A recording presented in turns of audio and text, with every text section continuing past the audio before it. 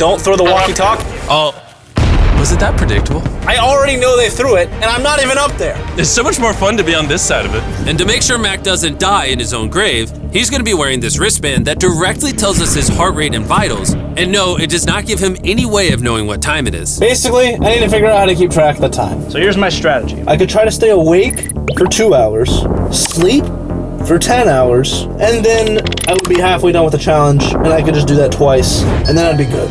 With Mac's plan now in place, his first step was to pass the time for the next 2 hours. Well, it's no feastful bar, but I guess it makes hunger stop. But it was pretty obvious he was quickly getting bored. You're gonna be honest, not much going on inside this room. That's the whole point. And Mac being bored this early is a pretty telltale sign that he may not be too good at this. Because already within 45 minutes, Mac's idea of time was horrendously off.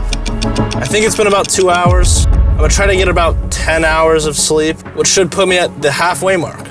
Even though the pro to sleeping is it will help Mac pass the time faster, First night sleeping in the coffin. the con is it's very difficult for him to keep track of how long he's been buried, especially when he's not even able to stay asleep for more than 30 minutes at a time. I have no idea what time it is right now. I'm a little creeped out. Hogan, for the love of God, it's been over 12 hours. I think that's where we're at. And because when I did this challenge, I was constantly woken up by my friends, Jimmy Jam! I thought I'd give Mac the same joyful experience. Wake up, Mac, are you okay? Whoa. Dude, you look like you just got hit by a truck. Kind of feels like I did just get hit by a truck. If I was to legitimately guess how many hours in I am, I think it's like...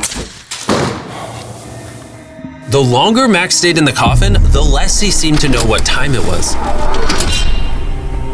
Might be hour 16. And because we like to build a lot of suspense on this channel, for the remainder of this sphere, you're not gonna know how long he's been in there either. And even though Mac wanted to ensure that he was gonna be there long enough, it was clear the claustrophobia was getting to him. Being in this coffin is scary.